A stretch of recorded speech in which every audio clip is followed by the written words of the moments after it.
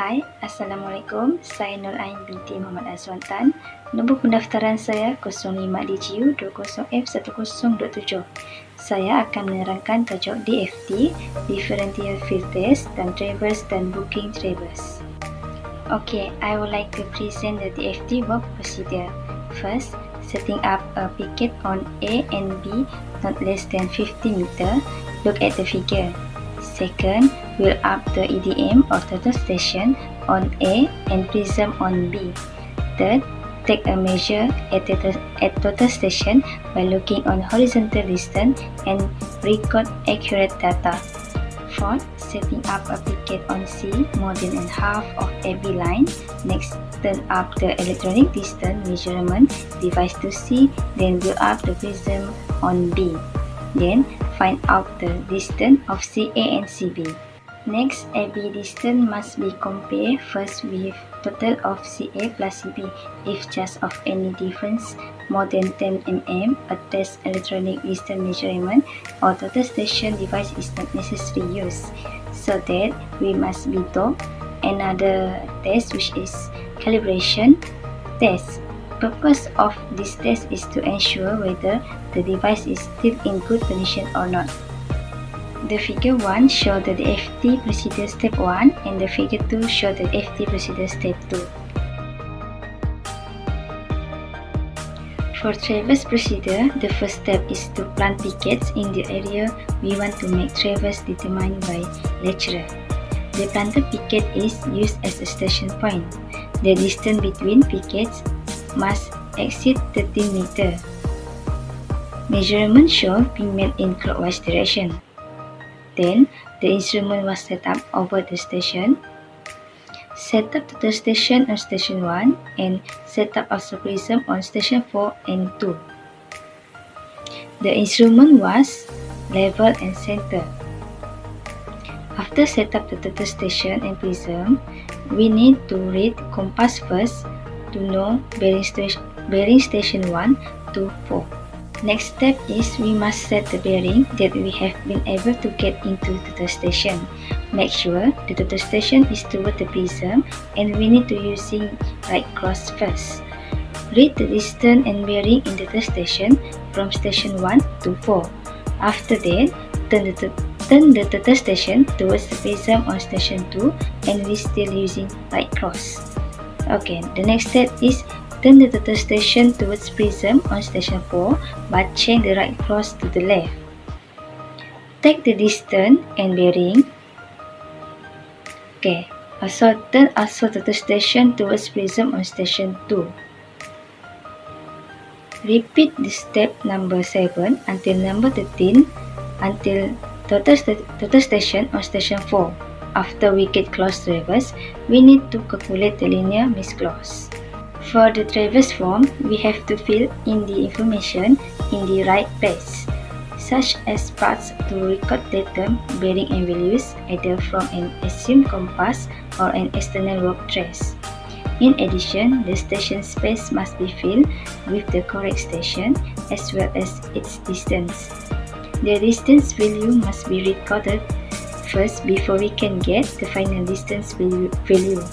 To get the final value, we must add two values of the distance obtained, then divide by 2. Next, repeat the previous step for the next station. Correction C should be given to each observation, bearing if there is a cover difference on the traverse. Latitude and depart need to be calculated to determine the accuracy of the traverse work. The coordinates of the traverse station, the area of the traverse area, and to calculate the missing lines. Hai, saya Muhammad Fakhur Razi bin Adnan, bernombor pendaftaran 05 DGU20F 1002. Saya akan terangkan tentang topik two-pack test. Mula-mula, kita hendaklah dirikan alat leveling. Kemudian, kita hendaklah dirikan dua staff. Staff yang pertama akan didirikan 30 meter dari alat leveling, akan diplotkan sebagai A. Seterusnya, 30 meter dari alat leveling akan diplotkan sebagai B. Selepas kita siap dirikan alat, kita akan mulakan bacaan dari C ke A dan data tersebut akan direkodkan sebagai A1. Seterusnya, C ke B. Data tersebut akan direkodkan sebagai B1. Katakan kita mendapat bacaan 1.660 di A1 dan 1.670 di B1. Langkah yang seterusnya, kita akan pindahkan alat leveling ke sebelah luar 3 meter dari A dan kita namakan sebagai D. Seterusnya, kita haruslah mendapatkan bacaan baru dari D ke A yang akan dinamakan sebagai A2 dan D ke B akan dinamakan sebagai B2. Katakan kita akan mendapat bacaan A2 ialah 1.670 dan bacaan B2 ialah 1.690. Selepas kita merekodkan kesemua bacaan tadi, kita haruslah membuat pengiraan dengan data itu. Cara mengiranya ialah A2 tolak A1 iaitu 1.680 tolak dengan 1.660 dan kita akan mendapat jawapan 0.020. Seterusnya untuk peg B, B2 tolak B1 iaitu 1.690 tolak 1.670 dan kita akan mendapat jawapan 0.020. Perbezaan di antara peg A dan peg B menunjukkan nilai yang sama iaitu 0.020. Sekiranya terdapat perbezaan di antara nilai perbezaan peg A dan peg B, itu bermaksud alat tersebut hendaklah diperbaiki.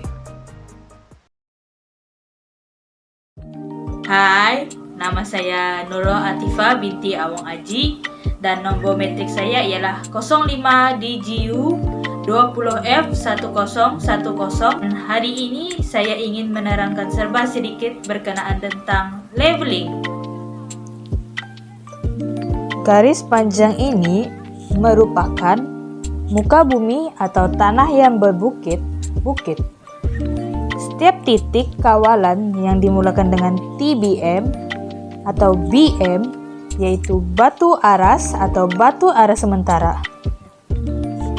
Batu aras ialah satu titik rujukan tetap yang terletak di atas permukaan bumi di mana arasnya telah diketahui nilai ukuran tinggi dengan merujuk kepada datum yang tertentu. Datum rujukan biasanya adalah aras purata laut yaitu AMSL, manakala untuk aras sementara adalah titik-titik tetap tetapi mempunyai sifat kurang kekal atau tidak kekal yang dibentuk berdekatan pada tapak ukur bagi menjimatkan kerja-kerja rujukan kepada batu aras yang mungkin terlalu jauh. Titik kawalan yang ada dalam lukisan itu adalah kedudukan staf seperti TBM 1, titik E, titik B, titik C, dan TBM 2, di mana dua bacaan dilakukan yaitu pandangan hadapan dan pandangan belakang yang akan diambil.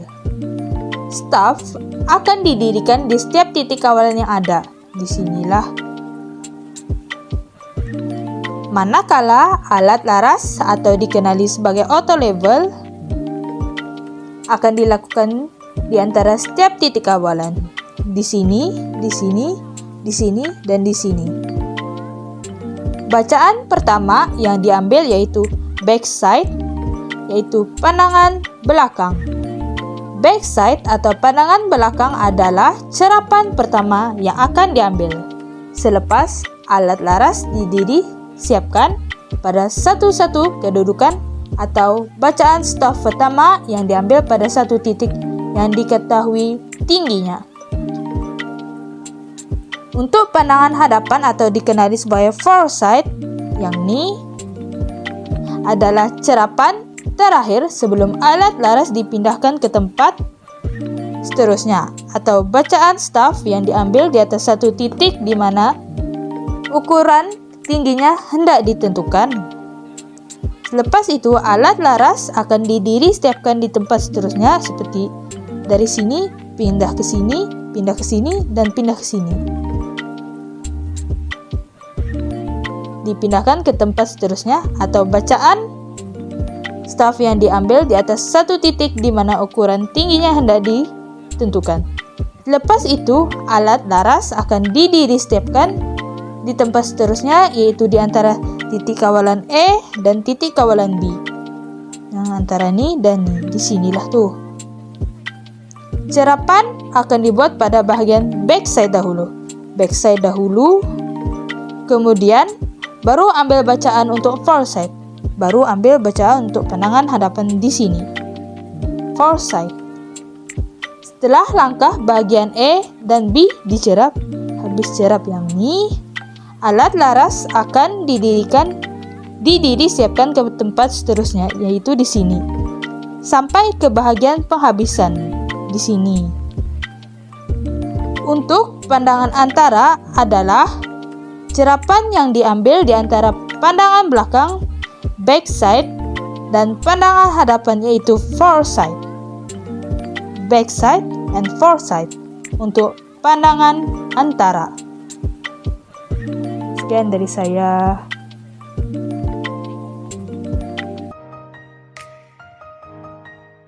Hai, saya Hazidani bin Azaman, nombor pendaftaran 05DGU20F1013. Detail surveying. Detail surveying adalah untuk meneliti perincian menggunakan jumlah stesen. Semasa kerja lapangan, setiap titik di rangkaian kawalan, total station akan dipasangkan secara bergantian. Kaedah yang digunakan ini mempunyai ketepatan yang tinggi dan boleh mencari perincian jarak yang jauh dari titik kawalan. Yang pertama, setkan total station di stesen kedua dan setkan prisma di stesen pertama.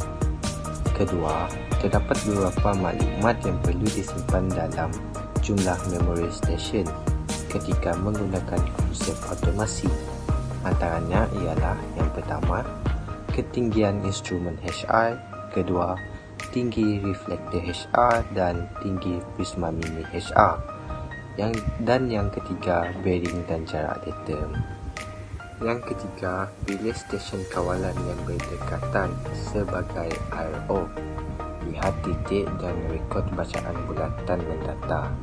Semua perincian akan diperbaiki berkaitan dengan arah yang dipilih. Yang keempat, setiap titik perincian harus dipilih mengikuti arah jam kerana penampakan terakhir harus kembali ke titik RO agar aturan lingkaran mendata selari. Kelima, yang perincian akan pergi ke setiap titik perincian yang dipilih secara berganti sehingga proses pemerhatian selesai. Keenam, dengan menggunakan kaedah automasi, semua data yang direkod akan dimuat turun dari total station ke komputer melalui kabel ataupun pen drive. Setelah data dimuat turun dari total station, data boleh mula diproses menggunakan perisian CDS dan AutoCAD akan digunakan untuk menghasilkan pelan kejuruteraan. Hai, nama saya Kociasi Anak Nika, nombor pendaftaran 05DGU20F1026. Okey, langkah pertama untuk melakukan kerja CDS, software is CDS, ialah yang pertama kita tekan file, new ataupun kita boleh tekan icon new job. Okey.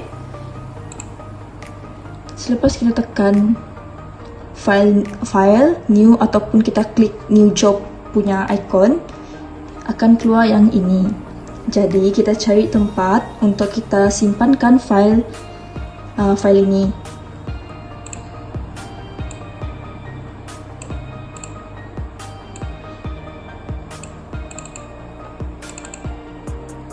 Selepas dah cari tempat mana kita nak simpan, and then kita namakan file tersebut. sebagai contoh saya letak demo practical 1. Okay, and then kita tekan open. Akan keluar ini. Okay.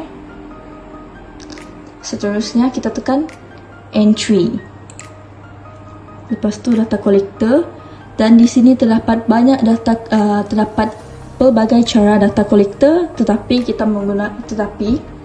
yang ini kita tekan import raw data. Dan akan keluar ini, okey. Lepas tu dekat sini terdapat banyak jenama-jenama total station. Jadi kumpulan kami menggunakan total station jenama Topcon. Jadi saya pilih Topcon, and then kita tekan FC 5,GTS 6. Okay. Lepas tu dekat raw data file ni kita cari data amali 1 kita. Tekan browser. Lepas tu tekan tengok dekat file of type, kita tekan all file supaya senang kita nak cari. Okey. Sini ada amali 1. Nama file yang saya letak data tersebut, data dari total station. Okey. Okey, and then tekan open. Then click OK, and then OK. Yes.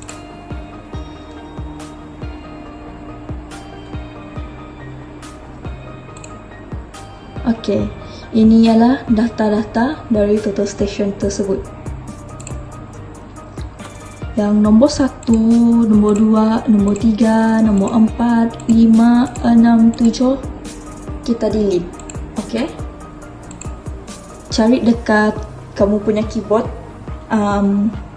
button delete. Ini delete. Selepas tu yang bawah ni, yang biru semua ni pun kita delete, okey? Ini delete.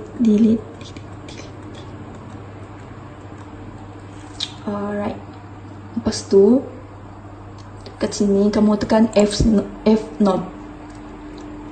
Lepas tu kamu cari dekat kamu punya keyboard laptop ke PC ke, kamu cari button insert, okey?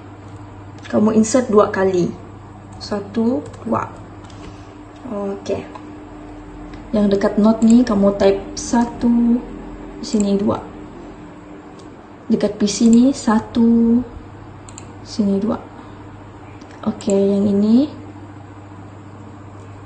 kamu letak kamu punya easting tu. Saya dapat 1014.035 northing, east dengan ini east, ini north. Okay, north 979.311. Lepas tu high 25.545. Bawah ni letak 1000. Sini pun 1000. Pas ni yang dia punya high 25.645. Okey, kalau dah isi, kamu pergi option, kamu pergi calculate coordinate. Tekan.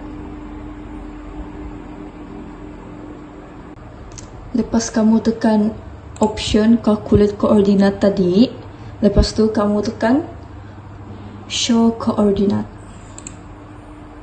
Akan keluar yang ini. Lepas tu kita tekan sekali lagi calculate coordinate. Okey? Okey, yang ini kita dapat.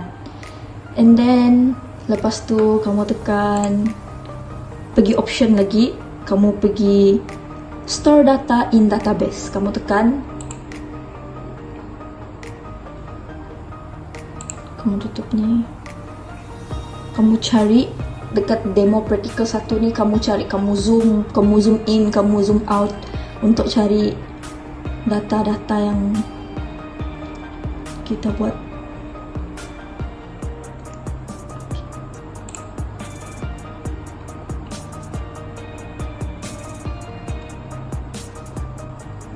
Okey, selepas kamu zoom yang ini tadi, kamu pergi tekan icon layers.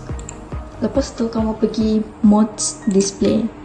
Kamu on kan modes ni, and then kamu pergi tengok high dia, kamu on kan.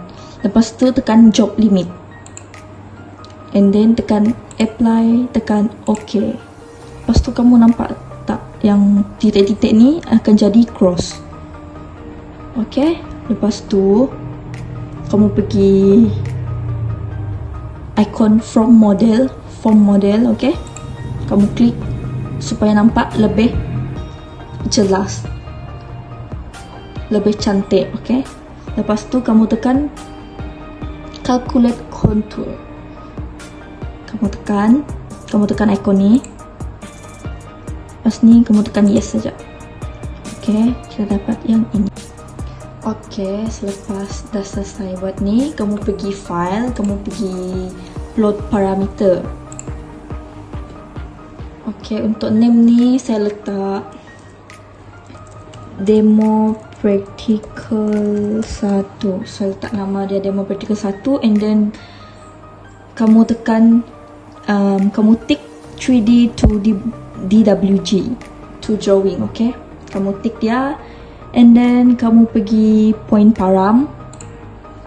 Kamu pergi tekan point ni. Lepas tu tick high, tick point dan tick quotes. Lepas tu kamu pergi point selection. Kamu tekan by layer. And then string param ni jangan usik, biarkan saja, okay. String selection pun jangan usik. Contour ni kamu tick contour, smooth, major label dan minor label. Yang piling ni tak payah. And then kamu tekan apply, kamu tekan OK. Lepas tu baru kamu boleh export to drawing, DWG, okay. Kamu tekan export and then pergi export drawing. Kamu tekan OK. And then dia akan pergi ke AutoCAD. Okay, kita akan seterusnya kita akan ke AutoCAD. Kita sambung ke AutoCAD. Okay, sebelum memulakan kerja-kerja AutoCAD, kita perlu setkan dia punya drawing utilities, dia punya unit, supaya nanti tak salah lah. Kamu tukar dia punya unit dulu. Kalau tak tukar nanti maybe kamu punya, bukan maybe, memang akan salah. So ini kamu pergi betul lah, ini 3 titik perpuluhan, degree minute second, degree minute second. Lepas tu kamu tekan clockwise. Yang ini kamu tekan unitless, kamu tekan meter, and then direction dia kamu tekan north, okay. Dan tekan OK, and then OK. Lepas tu kita boleh start edit lah. Kamu edit boleh code creativity masing-masing. Ini nombor ni kamu nak besar ke kecil ke, biar nampak lah. Kamu edit lah, bagi nampak kemas, cantik, dan orang lain pun senang nak baca, nak faham apa yang kamu buat. Okay. Yang macam ni kan, kalau kamu nak kecilkan, kamu tekan dia, and then right click dekat mouse kamu, pergi properties, and then kamu pergi tengok teks dia, kamu pergi tengok high dia. Kamu nak dia besar ke kecil ke. Contoh saya letak saya coba 0.500 and then enter. Dia akan kecil ni. So kamu coba, sekejap. Kamu boleh move dia pergi sini. Okay. Ni kalau kamu nak edit semua sekaligus pun boleh. Kamu tekan macam ni Kamu tekan ni, tekan semua nombor ni, semua nombor jalan pokok ni semua kamu tekan yang mana-mana putih ni. Okay.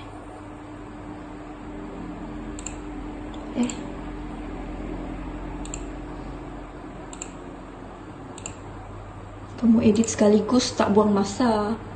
Kalau kamu edit satu-satu, buang masa lah.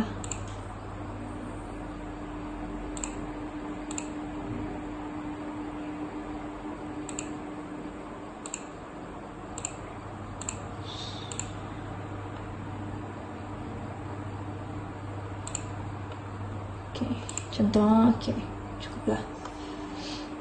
Lepas tu kamu right click dekat mouse kamu pergi properties, and then di tempat tadi dekat text ni, kamu pergi dekat high dia, kamu tekan berapa high yang kamu muat lah, ikut creativity masing-masing. Okay.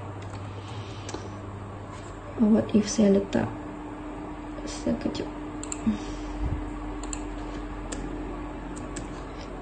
0.500, salah, 0.500, and enter. Okay, tengok semua sekaligus. Senang lagi, tak buang masa kan, edit satu-satu. And then kamu mau buat jalan dia, kamu mau sambung titik ni supaya membentuk satu jalan. Okay. Okay, langkah yang seterusnya, kita nak buat sebuah jalan dengan menyambung setiap titik tersebut supaya membentuk sebuah jalan. Jadi kalau kamu susah rasa nak bezakan mana satu jalan, mana satu pokok, kamu pergi layer properties ni, kamu tekan, and then kamu nampak macam ada logo mentol ni, kamu macam kira antik lah, macam kamu tutupkan dia supaya jelas, supaya kamu nampak lah mana satu jalan, mana satu pokok kan. Macam tu.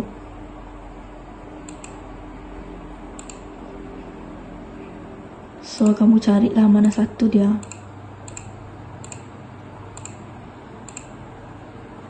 Oh, salah.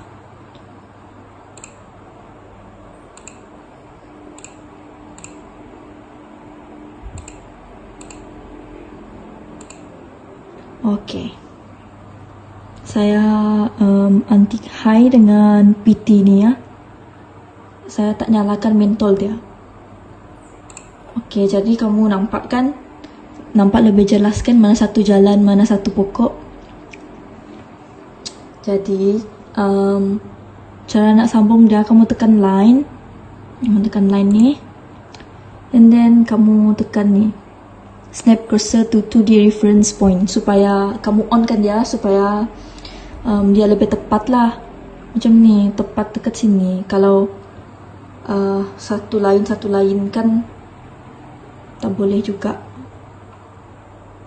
I mean like, bukan tak boleh, maksud dia akan lari nanti, tak cun dekat setiap point ni. Jadi kita mula dari station 2 sebab cerapan butiran kita start daripada station 2. Jadi ke sini, pergi sini, sini, dan seterusnya sampai habis. Okay, macam ni. Kamu zoom dia supaya lebih senang lah. Kamu sambung je setiap line ni, tapi pastikan kamu tahu mana satu jalan, mana satu pokok lah. Jangan sampai salah tanda.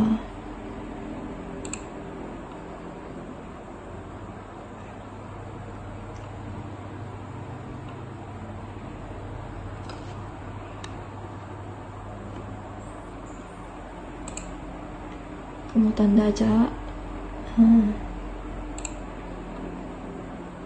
Okay.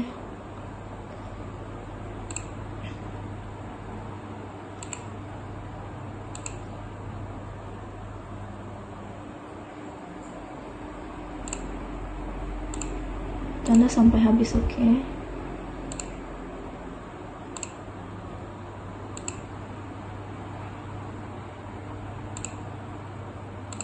Okey, sudah. Lepas tu kamu dapat macam ni. untuk jalan. Jadilah sebuah jalan. Okey, selepas kamu dah edit jalan dia, edit dia punya label, maksud saya label dia yang ni lah, jalan, pokok, station dia, ketinggian. Oh ya, saya lupa. Lepas kamu dah edit tu, kamu bolehlah nyalakan mentol ni balik, yang untuk high ni. Ni pun kamu nyalakan. Okay. Lepas tu kamu boleh lah buat bingkai dia punya frame. Kamu tekan yang ni, and then kamu buat frame dia. Okay. Lepas tu kamu boleh move yang ni. Kamu select semua and then right click and then tekan move ni. Kamu move lah macam mana yang sesuai, ikut creativity masing-masing. Okay. Okay, lepas kamu dah buat bingkai, kamu boleh isi lah maklumat dia. Maklumat dia kamu boleh buat garis ni dulu untuk buat maklumat dia. Kamu tekan line ni, then kamu klik cak mana-mana, and then tarik pergi bawah, and then klik cak, and then buatlah line dia yang tepat kamu mau isi maklumat.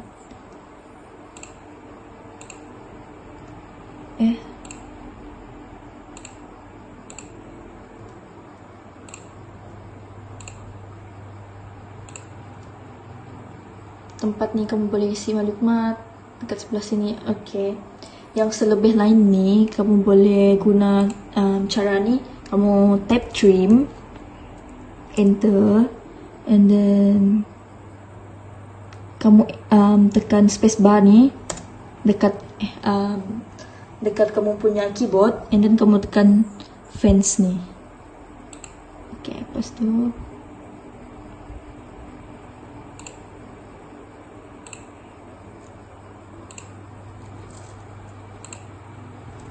tekan enter. Kamu select lah mana yang kamu mau potong tu.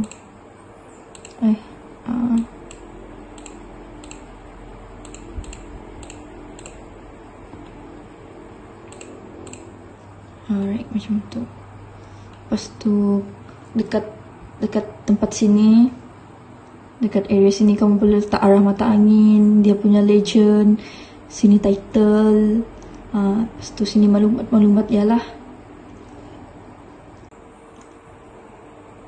Okay, contoh kamu nak ubah scale dia.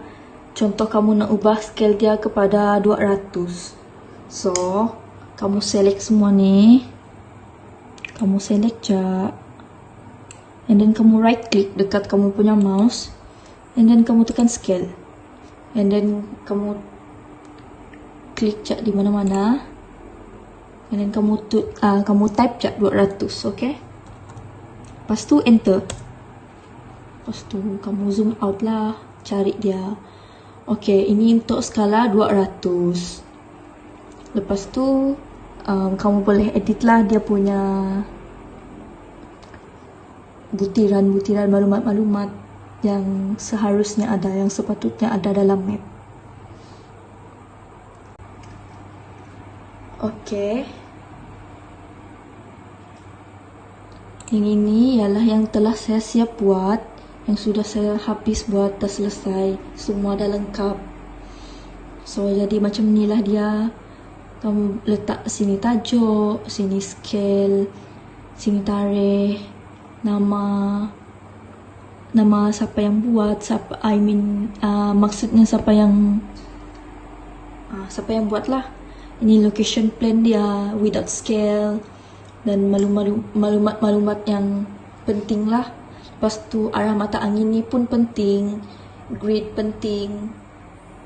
Grid ni kalau kamu nak tahu, kamu tekan ni, kamu klik and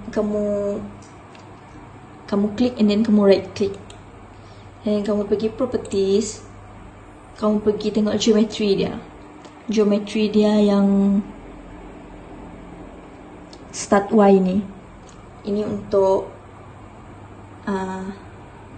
grid inilah, grid yang melintang ni. Setiap ni kamu boleh semak lah. Lepas tu kamu tulis dekat sini. Lepas tu kalau kamu nak tukar color dia, color ni, color untuk road, untuk contour ni, contohlah kamu klik ni and then kamu pergi kat sini. Kamu boleh tukar color dia, color apa yang kamu nak, color apa yang sesuai, yang boleh dinampak jelas. Okay, contoh merah. Dia tukar color merah. And then legend ni sangat-sangat penting. Sebab tanpa legend, orang takkan faham apa yang kamu buat. So legend ni penting lah. Macam ni tadi, kejap. Ni kan color hijau. So orang tahu color hijau ni road. Sebab kamu dah label dekat sini road. Jadi color biru ni contour. Orang dapat bezakan lah mana satu contour, mana satu road. Orang pun boleh faham, boleh nampak dengan lebih jelas apa yang kamu buat, apa yang kamu cuba sampaikan. Macam tu. Ini tree, ini logo tree, ini logo tree. Orang pun tahu, orang pun faham. Ini logo station. Macam tu. Okay, lepas kamu dah siap buat semua, dah siap edit, dah buat cantik-cantik grid, dah buat maklumat-maklumat dekat sini sudah, legend, arah mata angin, semua dah buat, dah complete. Kamu boleh tekan ni, kamu pindah dia ke PDF. Kamu tekan plot ni, and then tekan keluar ni. Ni kamu tekan add. Oh bukan, ni kamu tekan non, and then kamu tekan ni DWG to PDF. Coba yang ini DWG to PDF kamu tekan, and then kamu pilih ni. Saya pilih A3.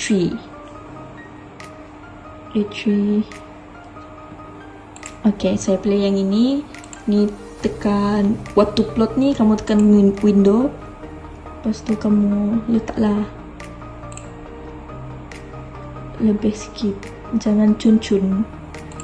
Okay, kamu tarik dia besar mana kamu mau, and then tekan. Alright, center to plot, and then fit to paper. Ini acad.ctb kamu tekan ni. Drawing orientation ni kamu tekan landscape, and then tekan. Okay, semua sudah. Macam ni kamu buat, and then kamu tekan OK. And then kamu save lah. Apa? Save dekat mana? Kamu pilih tempat kamu nak save kat mana. Contohnya, okay, saya save Vertical one. Saya tukar nama dia demo. Sebab ni untuk demo saja. Vertical one. Okay. Lepas tu kamu tekan save. And then akan keluar macam ni.